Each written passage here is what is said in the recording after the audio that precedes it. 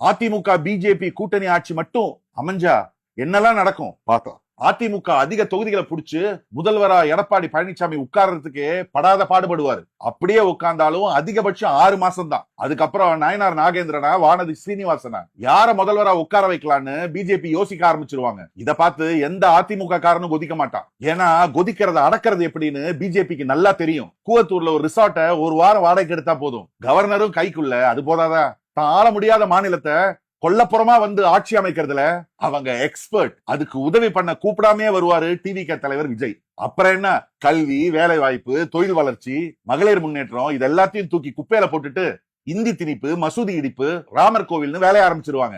அப்பவும் இதெல்லாத்தையும் எதிர்த்து போராட ஒரு இயக்கம் இருக்கும்னா அது திமுக தான். தன்னுடைய சுயநலத்துக்காக தமிழ்நாட்டையே அடகு வைக்க துடிக்கிற எடப்பாடி பழனிசாமி எடுபடி பழனிசாமிய கை கட்டி வாய்மூடி இருப்பாரு. இது மட்டும் நடக்காம இருக்கணும்னா மதவாத கும்பலை எதிர்த்து குரல் கொடுக்க திமுக என்ற மாபெரும் இயக்கம், அதன் தொண்டர்கள் அவர்களை அன்பால ஆளுகிற ஆளுமை மிக்க தலைவர் முத்துவேல் கருணாநிதி ஸ்டாலினை ஆதரிப்போம்.